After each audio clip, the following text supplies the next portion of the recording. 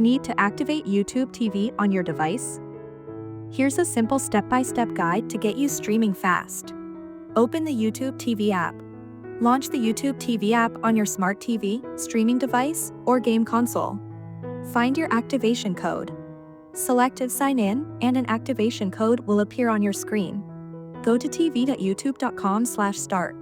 Using your phone or computer, open a browser and visit tv.youtube.com/start. Enter the code.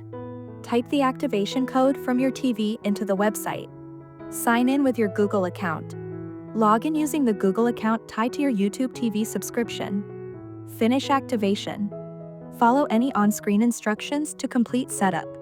Your device will now be ready to stream YouTube TV.